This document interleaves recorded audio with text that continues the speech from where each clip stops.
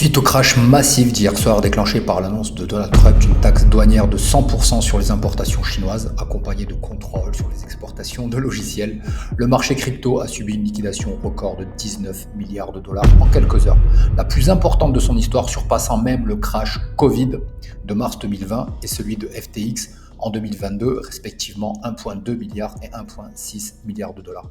Bitcoin a chuté jusqu'à 102 000 dollars après avoir connu un nouvel ATH à 125 000.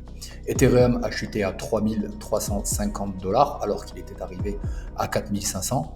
Et certains altcoins comme Atom ont perdu jusqu'à 96% de leur valeur en 30 minutes. La market cap globale a été effacée de près de 450 milliards de dollars, soit 2 ans de gains sur les altcoins qui étaient bien difficiles à obtenir. Aujourd'hui, le sentiment reste très négatif. Quand j'ai scanné les réseaux sociaux avec un algo d'intelligence artificielle, on était seulement à 16 sur 100, autant dire moins de 2 sur 10. Marqué par un fort food fear, uncertainty and doubt, en gros la peur et la panique. Une panique généralisée chez les investisseurs. Sur une échelle de 0 à 100, on peut dire qu'aujourd'hui, on rebondit un petit peu à 25. Donc, beaucoup de peur. 1,6 million de traders ont été liquidés et parmi eux, beaucoup avaient misé toutes leurs économies. On voit passer des posts X qui seraient préoccupants et dans la région francophone, on a beaucoup de témoignages comme « j'ai tout perdu » à cause de leviers excessifs. Et la plupart des gens raisonnables, et ça me paraît logique, vous diront ne faites pas d'effet de levier, spécialement si vous êtes des débutants. On n'a pas besoin de ça. Le rapport gain-risque, spécialement si on se concentre sur Bitcoin, tellement bon. On a connu un plus bas à 19 000 dollars sur ce cycle fin 2022. Et aujourd'hui, on a connu un plus haut à 125 000. On est quasiment sur un x10. Ça veut dire qu'on n'a pas besoin de faire des effets de levier. Il y a des stratégies qu'on peut mettre en place sur du long terme. Il n'y a pas de miracle. Après, il y a des gens qui ont de la chance. Il n'y a pas de miracle. Il y a un plan d'investissement à mettre en place et il faut s'y tenir. Il faut accepter qu'on ne va pas faire des fois 1000 tous les jours, mais on peut faire des honnêtes fois 2, fois 3 sur des 5 ans, et ce qui est absolument énorme. Vous dépassez totalement l'inflation. L'incertitude maintenant géopolitique, la guerre commerciale USA-Chine qui ravive les craintes d'une récession globale. On a déjà eu ça il y a quelques mois. On connaît très bien comment ça se passe. On a un tweet que j'ai à l'écran ici du président des États-Unis qui fait paniquer tout le monde. On est en plein week-end, c'est parfait pour les manipulations sur le marché des crypto-monnaies. Et puis dimanche soir, il y a fort à penser que le président peut encore nous faire un tweet pour dire que c'est le moment d'acheter, comme il l'a fait il y a quelques mois encore. Et puis ouvrir lundi matin avec une hausse énorme sur les bourses traditionnelles qui va se refléter aussi sur les marchés des crypto-monnaies. Donc, pour les gens qui suivent leur plan d'investissement, ils sont calmes, je veux dire, ils n'ont pas tout perdu, ils sont calmes. Alors oui, il y a de la volatilité, mais avec une stratégie claire et solide, il n'y a pas de quoi paniquer, malgré qu'on annonce que c'est le plus grand crash de l'histoire des crypto-monnaies. Mais c'est tout à fait normal, on n'est plus sur les mêmes valeurs, on n'est plus sur la même taille de marché qu'à l'époque. Maintenant, des signaux positifs timides. Un léger rebond matinal, aujourd'hui autour des 112 000 dollars. Donc une hausse de 10% par rapport à son plus bas local. Pareil pour Ethereum, un petit 10% de rebond. Alors, est-ce que c'est le rebond du chat mort d'Ed Cambound avant d'aller plus bas? C'est possible aussi. On va regarder peut-être un petit peu le technique, les graphiques tout à l'heure pour une petite analyse technique. Donc un espoir, volatilité qui reste extrême. Alors là où c'est absolument génial et savoureux, c'est que sur la DeFi, on a beaucoup de volume. Nous qui touchons des commissions sur les volumes d'achat et de vente, on est passé sur des rendements qui sont, quand on est sur des périodes calmes, entre 60 et 80%, on est passé sur des rendements de 600% avec des pics à 980%, autant dire 1000%, ce qui a été absolument savoureux, spécialement quand l'investissement de départ est dédié sur des valeurs sur lesquelles on croit sur du long terme, par exemple de l'Ethereum ou du BNB. Donc c'est absolument savoureux de ce côté-là pour ceux qui font de la finance décentralisée. Si vous voulez en savoir plus, lacircum.com, vous avez toutes les ressources disponibles pour savoir comment faire. Donc les questions qui se posent aujourd'hui, j'ai tout perdu avec les leviers, que faire maintenant? apprendre de ses erreurs, générer du cash flow, donc travailler et faire ce qu'on fait de mieux et ne pas répéter ses erreurs, construire un plan d'investissement solide et s'y tenir contre toutes les tempêtes comme celle qu'on a connue hier soir. Pourquoi ça crache comme ça si souvent sur le marché des crypto-monnaies? Un marché jeune, un marché volatile, un marché sur lequel il n'y a pas autant de, comment dirais-je, de régulation. Parfois, la régulation est bonne, notamment en termes de sécurité, et puis bah, ça fait des effets boule de neige, mais à l'inverse, parce que ça peut aller très haut très rapidement, mais ça peut aussi se cracher très bas très rapidement, jusqu'à aller en négatif pour certains, pour ceux qui n'ont pas les technologies nécessaires pour liquider les traders à temps par rapport aux garanties qu'il a. Alors je sais, c'est un petit peu technique, mais en gros, c'est à cause du manque de régulation qui fait qu'on ne peut pas actionner le bouton d'arrêt d'urgence comme on peut le faire par exemple sur la bourse traditionnelle. Maintenant, est-ce que c'est à cause de Trump ou pas? On va le voir, mais bon, ça sent quand même une fin de cycle sur BTC. Je veux dire, quand on regarde le stock to flow model, vous voyez, même un enfant comprendrait, on est sur un code couleur. Ben, quand on est en vert, ben, on a atteint les sommets. Et là, vous voyez, on commence déjà à être en vert. Donc, il se fait tard. Et je veux dire, pour les investisseurs, ben, fallait acheter en bear market, fallait acheter pendant l'hiver crypto, il fallait acheter en 2022, en 2023, éventuellement en 2024, et puis commencer à vendre petit à petit. Je veux dire, nous, avec les personnes avec qui je travaille, on a pris des profits à 109 000, on a pris des profits de nouveau à 125 000. Quand vous voyez sur les réseaux des gens qui s'auto-congratulent, qui parlent de guerriers qui ont tenu, etc., c'est le moment de sécuriser des profits et de se mettre au minimum en stablecoin, ou pourquoi pas de cash out dans la monnaie de votre pays, que ce soit euro, dollar, peso, etc., etc. Donc on arrive quand même sur une fin de cycle, mais on voit aussi qu'on n'est pas sur des surachats, on est plutôt même sur des surventes, ce qui paraît assez étonnant. Alors est-ce que on irait dans la théorie d'une décorrélation des cycles pour connaître des plus hauts, notamment sur les altcoins en 2026, c'est possible. Sur le BTC, j'ai du mal à y croire. Maintenant, bah, ça aussi, ça fait partie d'un portefeuille d'investissement qu'il faut construire euh, au cas par cas. Il y a une partie de BTC, moi par exemple personnellement, que je ne vendrai pas et qui ne sont pas destinés à être vendus, que peut-être je ne vendrai jamais, certainement. 30% du portefeuille. Ensuite, il y a une exposition sur les altcoins. Donc, vous inquiétez pas, si vous regardez cette vidéo, vous avez fait des conneries. J'ai fait des conneries, j'ai fait des énormes conneries pendant ma petite carrière crypto qui va maintenant sur sa 8e année. Il faut apprendre de ces erreurs. Donc les alts, on a des alts qui se comportent très bien, le BNB, le Link, l'Ethereum évidemment, et puis d'autres projets solides. Et d'autres projets que je considère pas comme fondamentalement intéressants, mais qui font des belles choses, comme le Solana. Mais après, voilà, on a d'autres des coups à jouer. Parfois, là récemment, si je l'ai posté sur le Telegram, on a eu Railgun, qui est lié un petit peu à Vitalik Buterin, cofondateur de Ethereum, qui nous fait des belles performances et qui va peut-être surperformer encore début 2026. Mais attention au piège, parce qu'il y a 4 ans, on disait encore que le BTC devait atteindre les 100 000 et qu'il atteindrait donc certainement en 2022 et qu'on se décorrélerait du cycle, ce qui n'est pas arrivé. Donc attention à ces pièges-là. On annonce des 150, des 200, des 300, des 400, pourquoi pas plus. Mais voilà, il faut commencer à se retirer. Je veux dire, la plupart des personnes avec qui je travaille ont commencé, par rapport aux alertes que j'ai pu leur donner, à sécuriser des profits et re-rentreront dans le marché. Donc dans un an, ou dans une fenêtre de tir qui aura lieu dans un an et un an et demi. Et commenceront à peine. Commenceront. Voilà, j'ai pas beaucoup de choses à ajouter de ce côté-là. Je veux dire, ça fait partie de l'exposition de la vie du crypto holder, hein. Donc voilà, pour la réponse, est-ce que c'est Trump qui a provoqué ça? Oui, mais pas seulement. Le stablecoin USDT qui est monté à 1,07, les gens vendaient à tout prix et achetaient donc de l'USDT à n'importe quel prix jusqu'à le faire monter à 7% au-dessus de sa valeur. L'USDT n'est pas destiné à monter en valeur, il est destiné à être équilibré à 1 dollar.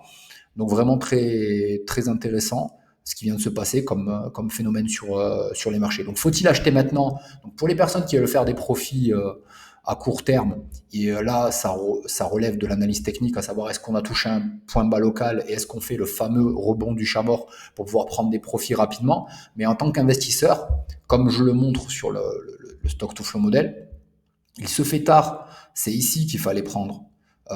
C'est ici qu'il faut acheter, etc.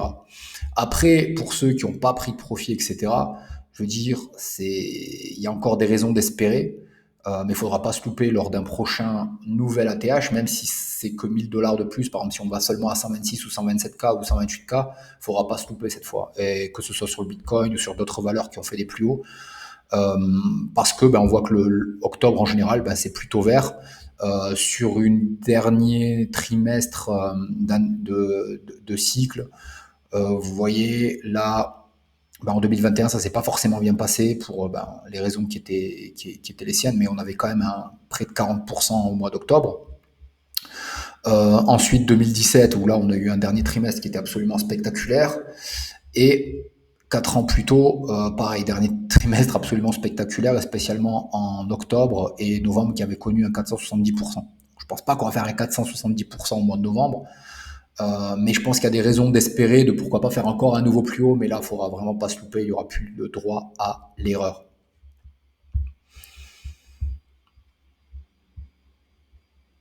Bon, maintenant, pour les nouveaux qui se posent la question d'aller sur du BTC ou de l'Ethereum, je pense que le BTC, c'est quelque chose qu'il faut absolument avoir dans son portefeuille. Et je disais encore il y a un an 30%, j'ai plus tendance à penser maintenant 50%.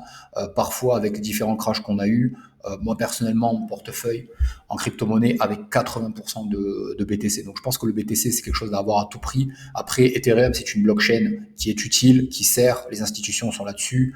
Le Chainlink, qui est un oracle de la finance décentralisée notamment, est utilisé par les institutions et dont la technologie sert notamment à Swift, qui est un réseau de transfert interbancaire à travers le monde. Je pense qu'Ethereum aujourd'hui, c'est quelque chose d'indispensable aussi à avoir, et une blockchain sur laquelle sur laquelle on compte déjà depuis des années, qu'on compte aujourd'hui et sur laquelle il faudra compter encore dans le futur. Donc, est-ce que le bull run est toujours d'actualité? La question mérite d'être posée. Moi, personnellement, je n'en sais rien. Il est possible qu'on ait déjà fait le plus haut de ce cycle, qui serait 125, qui serait quasiment un x10 par rapport à ses plus bas, qui est une excellente performance.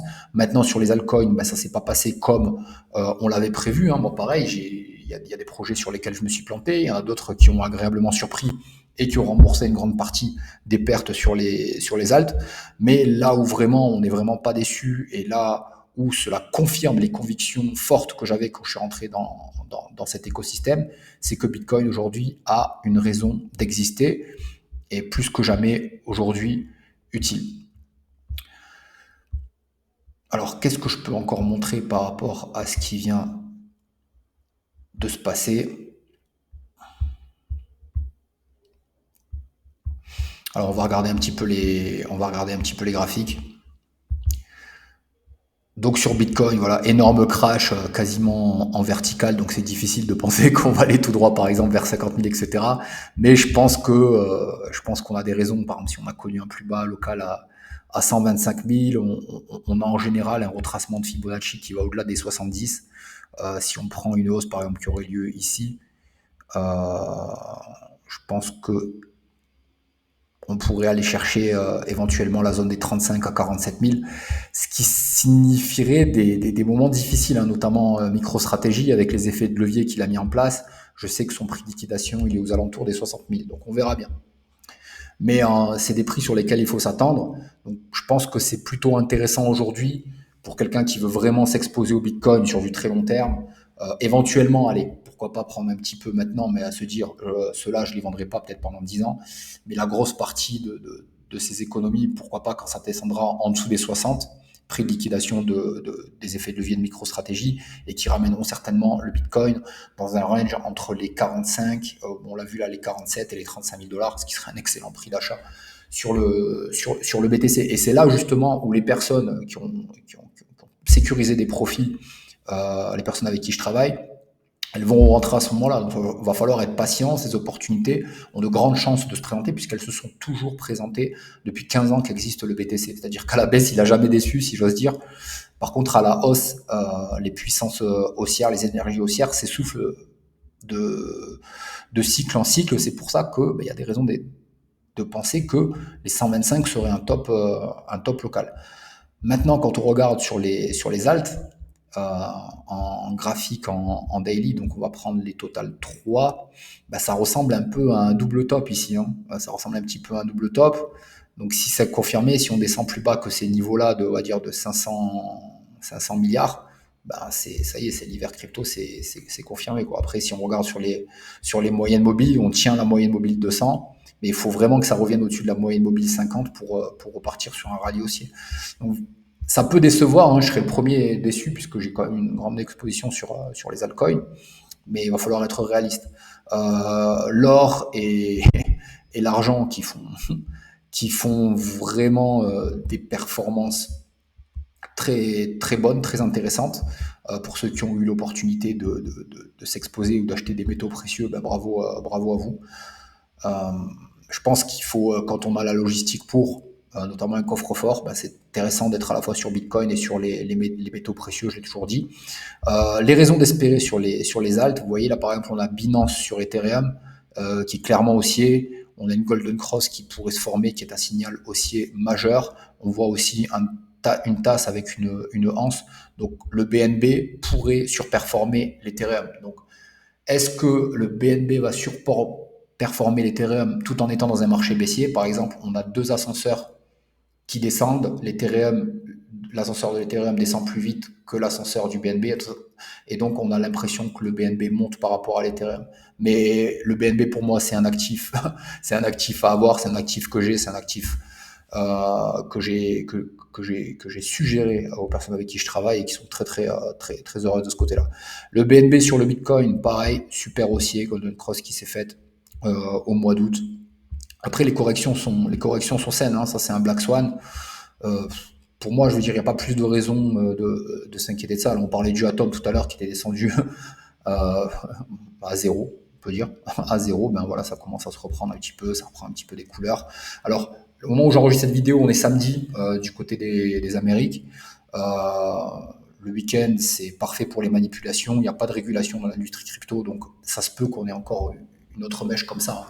Mais mon sentiment, après je prédis pas l'avenir, hein, mais mon sentiment personnel, c'est que mon avis, évidemment, rien sur cette chaîne n'était conseil d'investissement, mais mon sentiment, c'est qu'on va avoir encore un tweet magique Donald Trump sur son réseau social Trust. Vous avez ouvert un compte sur trustsocial.com. Voilà, si vous me suivez, je vous avais dit, ouvrez un compte là-dessus, suivez le président des États-Unis. Le moindre de ces tweets, ça donne le ton sur les marchés. Et puis, ben, pour ceux qui sont opportunistes, il y a des billets à faire. Donc voilà, on va revenir sur les graphiques. Le Tao qui avait pris 20% dans la journée d'hier et qui a annulé toute sa hausse. Alors on voit une mèche à double pointe. Et ben là, ça commence à se reprendre un petit peu. Il y a quoi encore que je suis là sur cette fenêtre? Alors on peut voir la dominance Bitcoin, je vais la découvrir. Voilà, la dominance Bitcoin qui veut pas baisser, hein, qui est toujours sur les plus hauts, qui semble même vouloir revenir à la hausse. Donc si jamais ça se confirme, ben là ça sera fini pour les altcoins, je pense. Et là on sera en bear market et puis bye bye quoi. Donc à confirmer avec d'autres signaux évidemment. Le Aster sur lequel voilà pareil je suis sorti double top. On a fait des profits avec Aster, on a profité de rendements absolument dingue. Voilà, il faut être opportuniste. C'est un marché, une industrie d'opportunistes, sauf sur BTC et puis éventuellement quelques autres valeurs où on est sur du long terme et des valeurs, moi personnellement, que je ne revendrai jamais. Mais là où c'est intéressant, ben, c'est pour les revenus passifs. On voit des performances absolument folles. Donc,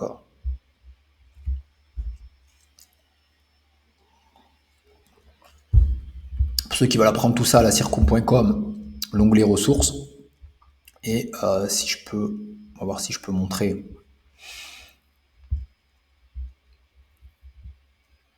Allez, je vais être sympa, je vais montrer quelque chose.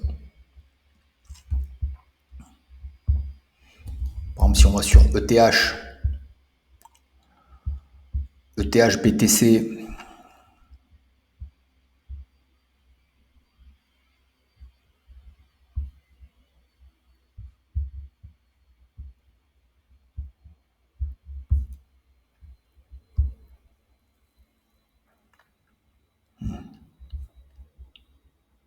ETH-BTC sur la pool version 3 avec 0,05% de commission. Là, on voit déjà qu'il y a un rendement qui nous interpelle.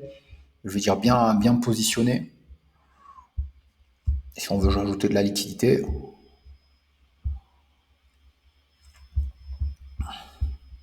on le passe entre 0,33 et 0,36 par exemple. C'est une position sur laquelle on est pas mal exposé là-dessus.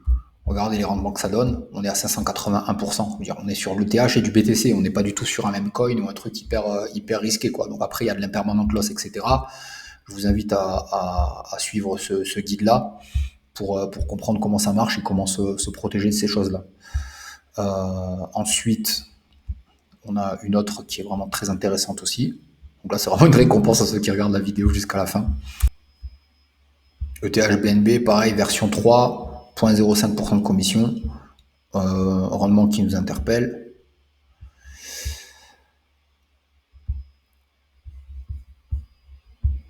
Et si on veut ajouter de la liquidité là-dessus, donc pareil, de mémoire, mettre le prix affiché en BNB, donc combien de BNB pour un Ethereum.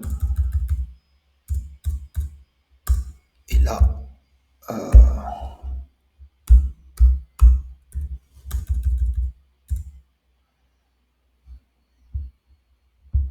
alors quel est le prix actuel? 30.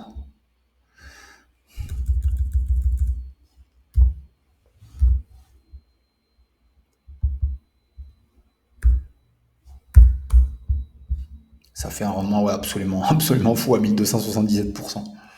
Là pareil, BNB on vient de le voir, altcoin, une des altcoins vraiment qui fait la meilleure performance sur les dernières années et même les derniers mois, et qui est le token de la plateforme la plus importante de l'industrie crypto-monnaie qui est pour moi à détenir, et l'Ethereum, comme je viens de l'expliquer, qui est la blockchain à avoir. Donc il y a beaucoup de choses vraiment intéressantes. Je veux dire, pour quelqu'un qui laisse par exemple un capital de 10 000 d'investissement de départ, là ça fait dans l'immédiat, on va calculer.